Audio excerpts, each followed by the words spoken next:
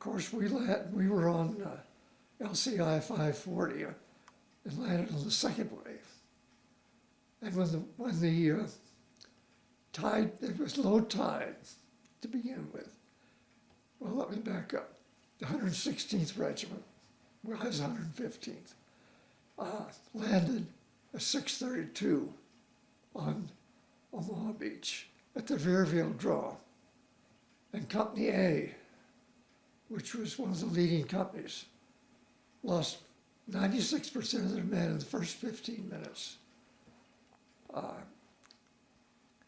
When we came in, of course it was later, the tide was rising.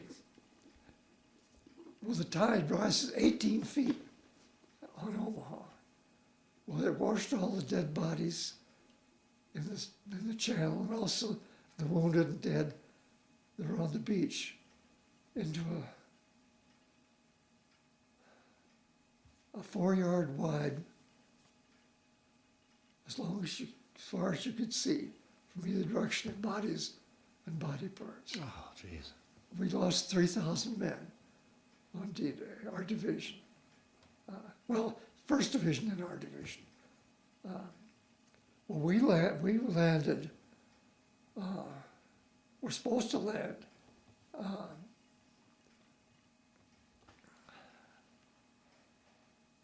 at the Malmedy, or not Malmedy, Lamalane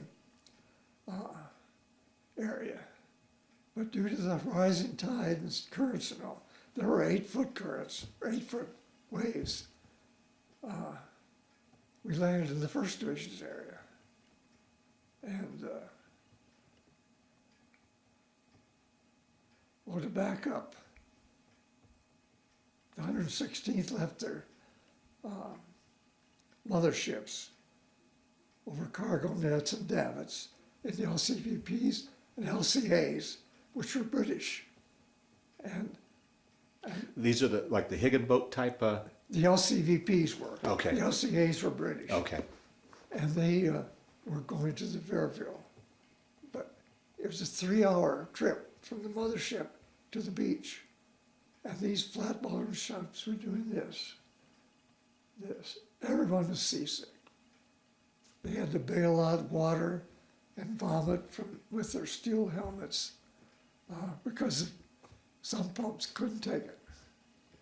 And of course they landed all over the place. And then at Pointe du Hoc, which is the far western part of Omaha, which was very high with steep cliffs, actually straight up.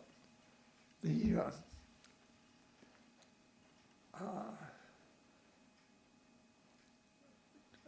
Lieutenant Colonel Rudder and the Rangers, Second Rangers, part of the Second Rangers, 5th, 6th, and 7th, the companies, landed there. And of course they shot grappling hooks up. And also they had ladders from the London Fire Department, which they could attach and climb up.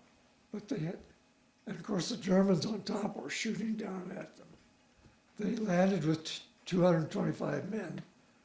By the end of the day, only 90 were capable of carrying on. But they were supposed to destroy the 5 howitzers. Well, when they got there, of course, they weren't in the bunkers. They finally found them about a half-mile back in an orchard. And 2 of the sergeants put phosphorus grenades into the breach, which disabled them. The men were behind, being lectured on what to do, and they were able to get to these guns. So they put them out of action. But they could have destroyed everything on Utah and Omaha Beach. The naval bombardment began at 5:30. And what was that like? That must have been an incredible sight and sound. Yeah. And of course, they did some damage, but not enough. Well, the bombers at 5:40, 600 of them came through. But the ones over Omaha missed the target entirely. Yeah. They bombed 3 miles inland, so they didn't help at all on the beach. And there were 5,000 planes accompanying the bombers. They had complete coverage of the air, of course.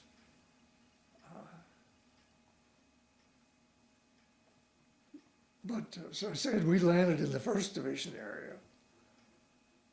And the slope was about like this. And I don't know if you know where the cemetery is in Colville, but that's where we landed, right below there. Well, General Huebner of the 1st Division, when we came in and finally got to the top of it around noon, he said the 29th men should go to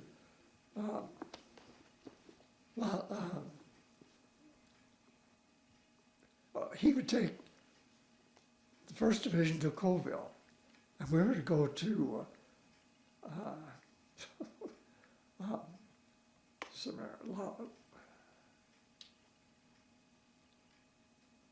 isn't that awful? That's fine. Yeah. Okay. Well, anyway, which is west of there. I'll think of it in a minute. Mm-hmm.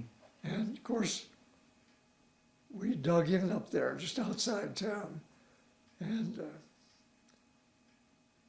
it was light on D-Day until about almost 11 o'clock because it was on double English savings time.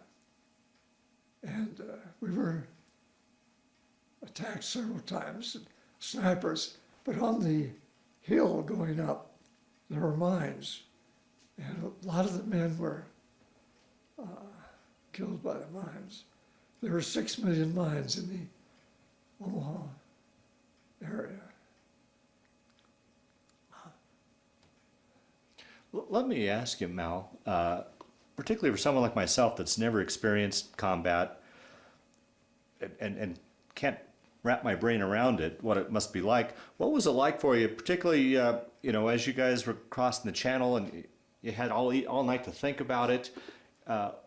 What's going through a person's mind when you're crossing over, and then when you and can you explain what you were thinking as you guys hit the beach and just if you remember what your feelings were and your thoughts were? Of course, they told us it'd be a picnic.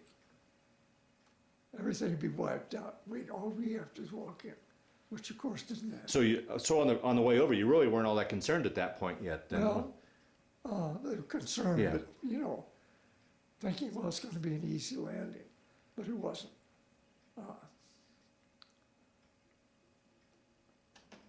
A funny thing happened in England prior to D-Day. The head of the Transportation Corps was addressing his men. He said, now, when you land with your vehicles, the first thing you do is go to a washing station to have them clean. And they couldn't believe he'd say that. But anyway, by the way, we had 37 duplex drive tanks assigned to us. They were the ones that had the canvas size Okay. and could go through the water. Right. Well, they were launched over 1.5 miles out. 27 of them sunk immediately. And only 3 made it to the beach. 1 was knocked out instantly by an 88. All of our artillery pieces were sunk. And the men got in, but not the artillery pieces.